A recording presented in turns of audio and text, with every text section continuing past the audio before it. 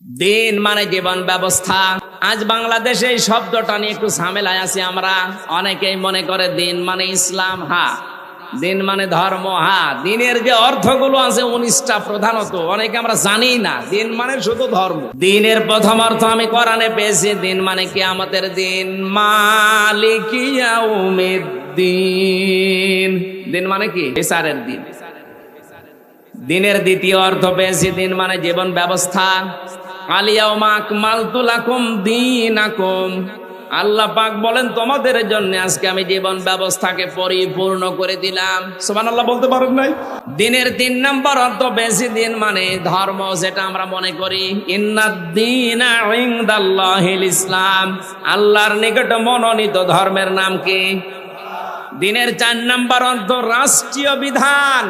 এটা বুঝেছিল সূরা মুমিনের 26 নম্বর আয়াত, সূরা ইউসুফের 76 নম্বর আয়াতে, 2টা আয়াতে দিন মানে রাষ্ট্রীয় বিধান দেওয়া আছে। আকালা ফিরআউনু যারুনি আকতুল মূসা ওয়ালিয়াদউ রাব্বা ইলা আখিরি আয়া। ফেরাউন ডাক দিয়ে বলেছিল আমারে ছেড়ে দে, আমি মুসাকে হত্যা করব, সে তার রবকে ডাকুক। আমি আশঙ্কা করছি সে আমার রাষ্ট্রীয় বিধানকে পাল্টিয়ে ফেলবে। তাহলে দিন মানে রাষ্ট্রের নিয়ম নীতি বিধান। এটা আজ আমরা অনেকেই না বুঝলেও ফেরাউন বুঝেছিল, আর তার পেতার তারা বুঝেছে, আর এটা বুঝিয়েছে ওই বাবারা, ওই দাদারা। এখনো পর্যন্ত এদেশে অনেক মুসলমানের মুখে এই দিন যারা মেনে চলে তাদেরকে মৌলবাদী বলে গালি দিতে শোনা যাচ্ছে। তাফসীর মাহফিল থেকে আমি এখন এই মাত্র 10,000-15,000 মানুষের সামনে না, 18 কোটি মানুষ নিয়ে আমি কথা বলছি। 18 কোটি মুসলমানের স্পিকার হয়ে আমি বলছি, এই দেশে যদি কোনো মুসলমানকে, আলেমকে মৌলবাদ কেউ বলে তার কিন্তু খবর আছে। হ্যাঁ, একমত নেই এই কথার সাথে আপনারা? কিসের মৌলবাদ বলে গালি দিন আপনি? এই ধোয়া তুলেই তো আলেমদেরকে গুম করেছে। এই মৌলবাদ, জঙ্গিবাদ, এই ধোয়া তুলে তুলে মানুষকে আয়না ঘরে নিয়েছে। এই ধোয়া তুলে তুলে হাজারো আলেমকে গ্রেফতার করে জেলখানায় আটক করেছে বছরের পর বছর। দাদা বাবুদের ফাঁদে পড়ে এই ধোয়া আমরা আর সামনে কাউকে তুলতে দেব না। যদি কেউ পা দেন আপনি ওখানে চলে যান। মৌলবাদ না হলে আপনার বাবা মায়ের বিয়ে পড়ে তোকে আপনি যে জারজ হয়ে আসতেন আপনি টের পাচ্ছেন? আল্লাহ বিধিবদ্ধ করে দিয়েছেন দিনকে আমাদের সবার জন্যে। আল্লাহ বলেন তোমাকে শুধু না, আমি নূহ আলাইহিস সালামকে আদেশ দিয়েছিলাম, হে নবী আপনাকে আমি একই আদেশ দিলাম। ইব্রাহিম, মূসা, ঈসা সবাইকে আমি এই আদেশটা দিয়েছি, আনাকিমুদ্দিন, আমার জমিনে আমার দিন কায়েম করো, ওয়ালা তাতাফাররাকু ফি, এ বিষয়ে কোনো মত পার্থক্য করবা না। বাংলার মুসলমানেরা, এই জমিনে যত নবী আল্লাহ পাঠিয়েছিলেন এই পৃথিবীতে, কোন নবীর সাথে কোন নবীর শরীয়তের হয়তো হালকা পাতলা মিল নেই এমন আমরা পেয়েছি। এক নবীর শরীয়তে যেটা ছিল অন্য নবীর শরীয়তে আমরা পাইনি, অথবা এক নবীর শরীয়তে যারা কঠিন ছিল ওটা অন্য নবীর শরীয়তে সহজ হয়ে গেছে। কিন্তু প্রতিটি নবীর শরীয়তে এইটা ছিল আনাকিমুদ্দিন, দিন কায়েম করা লাগবে, এ বিষয়ে কোনো ফতোয়াবাজি চলবে না। এই দাওয়াতটা দিলে সবচাইতে বেশি মারাত্মক রাগ হবে, সবচাইতে দুর্বহ মনে হবে তাদের। কাবুর আলাল মুশরিকিনা মা তাদউহুম ইলাই, দিন কায়েমের কথা বললে সবচাইতে বেশি মন খারাপ হবে, রাগ হবে, সহ্য করতে পারবে না মুশরিকরা। আরো আসতে বলেন।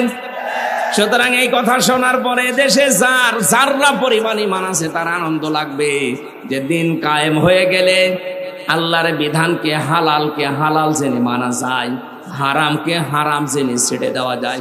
কিন্তু দিন যতদিন কায়েম না থাকবে আপনি হালালকে হালাল জানার পরও মানতে পারবেন না। কথা বলছেন না কেন? ইসলামী যে অর্থনীতি আছে না নেই? আজ দেশে কোরআনে কারিম বিজয়ী নেই, কায়েম নেই। এই কারণে আজ ইসলামী অর্থনীতি এ দেশে কায়েম নেই। হাজারো সুদ ভিত্তিক ব্যাংকিং ব্যবস্থা দেশে কায়েম আছে। এই যে সোনালী, রূপালী, অগ্রণী, চৈতালি, কত রকমের ব্যাংক, একটাও কি সুদ থেকে মুক্ত আছে? বলে ইসলামী ব্যাংক না, 100% সুদ থেকে মুক্ত হওয়া সম্ভব না। যতদিন পর্যন্ত রাষ্ট্রীয়ভাবে যাকাত ভিত্তিক অর্থনীতি দেশে কায়েম না হবে এদেশে যদি ফেরেশতাও বাস করে সে ইনডাইরেক্ট সুদখোর। আপনি পারবেন? মায়ের সাথে জেনা করার মতো গোনা হয়। এই গোনা থেকে বাঁচার জন্য রাষ্ট্রীয় ব্যবস্থা, ইসলামী অর্থনীতির দরকার নেই। এটা দিন কায়েম না হলে সম্ভব। আপনি হালালকে হালাল জানার পরও মানতে পারবেন না, হারামকে হারাম জানার পরও ছেড়ে দিতে পারবেন না। এই জন্যই আমরা চাই দিন কায়েম হোক। হালালকে হালাল জেনে মানতে পারবো, হারামকে হারাম জানার পর আমরা ছেড়ে দিতে পারবো। নবীজি বলেন আদখালাহুল্লাহুল জান্নাহ, আল্লাহ যেন তোমাকে জান্নাতে দিয়ে দিয়েছে। জোরে বলেন সুবহানাল্লাহ। আদখালা এটা মাসির সিগা। আলেম যারা আছে জিজ্ঞাসা করেন তো, মোসারে না দিয়ে আল্লাহ মাসি দিলেন কেন? নবীজির কথা এটা। তার মানে ব্যাখ্যায় পড়েছি, যেই দেশে কোরআনে কারিম মানুষ পড়বে, মান করাল কোরআনা ফাস্তাজহারাহু, কোরআনকে যারা এজহার করবে, এজহার মানে প্রকাশ করা, এজহার মানে স্পষ্ট করা, এজহার মানে বিজয় করা, এজহার মানে হেফাজত করা। যাকে নির্বাচিত করে আল্লাহ পছন্দ করে তাকে দিন কায়েমের কাজে লাগায়। ওয়াহদি ইলাইহি মাইয়ুনিব, যে মানুষটা আল্লাহ অভিমুখী হতে চায়, আল্লাহর দিকে ফিরে আসতে চায়, আল্লাহ তাকে এই সুযোগ দান করেন, তাকে এই পথটা দেখিয়ে দেন। সুতরাং আমাদের জীবনের মেন কাজ এইটা। আমি চাই করি না কেন দিন কায়েম হোক, এইটা আমি চাই। মাম্মা তাওয়ালাম ইয়াখজু ওয়ালাম ইউহাদ্দিস বিহি নাফসাহু বিল গসবি মা তাআলা শাবাতিম মিনান নিফাক। যে লোকটা মরে গেল কিন্তু এই সিদ্ধান্ত তার ছিল না, এই তামান্না আকাঙ্ক্ষা তার ছিল না যে আল্লাহর জমিনে আল্লাহর দিন কায়েম হোক, নবীজি বলেন সে যেন মরে গেল মুনাফিক হয়ে। আল্লাহ আমাদেরকে বাঁচিয়ান, আমরা যেন চাই এই জমিনে দিন কায়েম হয়ে চর্মচোখে আমরা দেখতে পাচ্ছি। বলেন আমিন। মিল্লাতা বিকুম ইব্রাহিমা হুয়া সাম্মাকুমুল মুসলিমিন। তোমাদের জাতির পিতার নাম ইব্রাহিম, তিনি তোমাদের নাম মুসলমান রেখেছেন।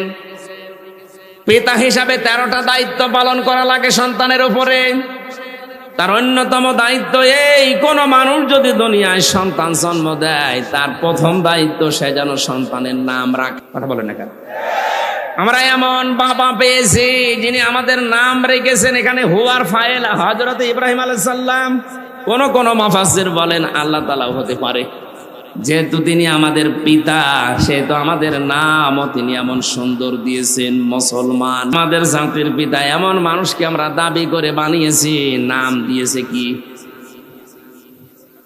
ছেলে মেয়ের নামটা ভালোই ছিল, নাতি নাতকের নাম দেখেছেন, কিন্তু নামটা আজ পৃথিবীর ইতিহাস আপনি তাকান, এই দেশে এখন জরিপ চলছে, সারা পৃথিবীর যেখানে যাবেন এই নামটাকে আল্লাহ গালি বানিয়ে দিয়েছে। আমি কিছুদিন আগে গিয়েছিলাম সৌদিতে, মদিনার একজন বাসিন্দা, ওনারের সাথে করে গিয়েছিলাম বদরের ময়দানে। যাওয়ার সময় কথা বলতে বলতে যাচ্ছিলাম, আমারে জিজ্ঞাসা করছে ইয়া হাজিউল হজ্জা তাইনা বিলাদুকা, দেশ কোথায় হাজি? যেহেতু মেন বাংলাদেশ, বাংলাদেশ থেকে এসেছি। আমারে বলছে হারামি। হারামি মানে না, আমার দেশে একজন যে পালিয়েছে ওরে বলছে হারামি। নামটা কিন্তু খারাপ না, কত সুন্দর নাম। ওদের অনুসারীরা এতদিন বলতো আমাদের নেত্রীর নাম কোরআনে আছে, রব্বানা আতিনা ফিদ দুনিয়া হাসিনা। হাসানা হবে জের দিয়ে। আপনি বলেন তাই বলেন, নামটাকে আল্লাহ কি জায়গায় পৌঁছিয়েছে আপনি দেখতে পারছেন না? পৃথিবীতে যারা জুলুম করে এই মানুষগুলোর প্রতি সৃষ্টি জগতের ঘৃণা তৈরি করে দেয় আল্লাহ নিজে। এই যে ইয়াজিদ নামটা কিন্তু ভালো নাম, শুধু জুলুম করার কারণে আল্লাহ তামাম পৃথিবীর সৃষ্টি জগতের ভেতরে আপনি দেখবেন কোন হিন্দুকে যদি বলেন ভাই বাচ্চা হয়েছে ছেলের নাম ইয়াজিদ রাখেন, নাম হইল। এমনকি কোন মানুষকে যদি আপনি রাগাতে চান শুধু বলবেন ইয়াজিদের বাচ্চা, রেগে যাবে, অথচ নামটা খারাপ না। আমার তো মনে হচ্ছে কালের আবর্তনে এই নামটাও একদিন কেউ রাখতে চাবে না, গালি হয়ে যাবে। কাউকে রাগাতে চাইলে বলবেন অমুকের বাচ্চা, রেগে যাবে। হাজ্জাজ বিন ইউসুফের জীবনী পড়েছিলাম, এর একটা ছিল জালেম, এত জুলুম করতো মানুষের উপরে, মানুষ তার নামই দিয়েছিল জালেম। একদিন মন্ত্রী এসে বলছে, বাদশা নান্দার, আপনার জন্য বাইরে আমরা যেতে পারি না, শুধু আপনাকে গালি দেয় জালেম বলে। কে দেয় দেখি, আমি নিজে দেখবো। ছদ্মবেশ নিয়েছে। রাস্তায় বের হওয়ার পরে একজনকে ধরেছে, এই বাচ্চা হাজ্জাজ বিন ইউসুফ লোকটা কেমন? কত জালেম। যেই বলেছে জালেম, ওর মেজাজ গেছে খারাপ হয়ে। ডাক দিয়ে বলে, বেটা আমার চেনো? বলছে না, আমি সে হাজ্জাজ। বলছে, আমার তো মাথা থাকবে না। ডাক দিয়ে বলছে, বাদশা নান্দার, আপনি আমার চেনেন? না, আমি এই গ্রামের ওই লোক যার মাসে 2 দিন মাথা খারাপ হয়, আজকে তার পয়লা দিন। পাগল, পাগল বলে বেঁচে গিয়েছে। আমরা এই 15.5 বছর যারা বেঁচে আছি, এভাবে পাগল হয়ে বেঁচে আছে। তাছাড়া এরা জানে না, শুধু পাগল, মাথা খারাপ হয় মাসে 2 দিন, আজকে তার পয়লা দিন। এজন্য পিতা হিসাবে আমাদের দায়িত্ব হবে সন্তান হওয়ার পরে 13টা কাজ করা। তার প্রথম কাজ, তার সুন্দর একটা অর্থবহ নাম রাখা। কিয়ামতের দিন আল্লাহ যখন কিছুই না পাবে, নামের খাতিরেও মাফ করে দেবে।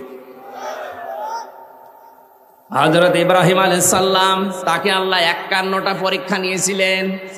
কোরআন শরীফের ভেতরে আমার আল্লাহর ঘোষণা আমি পড়ে দেখেছি, আমাদের যিনি জাতির পিতা, তাকে আল্লাহ 51টা পরীক্ষা দিয়েছেন। ওয়া ইযিবতালা ইব্রাহিমা রাব্বুহু বিকালিমাতিন ফাআতাম্মাহুন্না।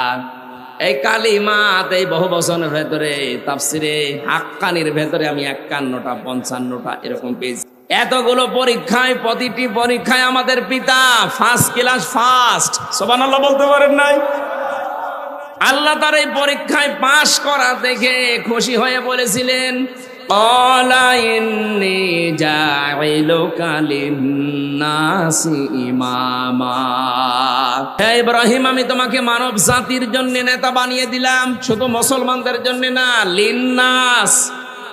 হযরত ইব্রাহিম ওই সময় বলেছিলেন, ক্বালা ওয়া মিন যুররিয়াতি।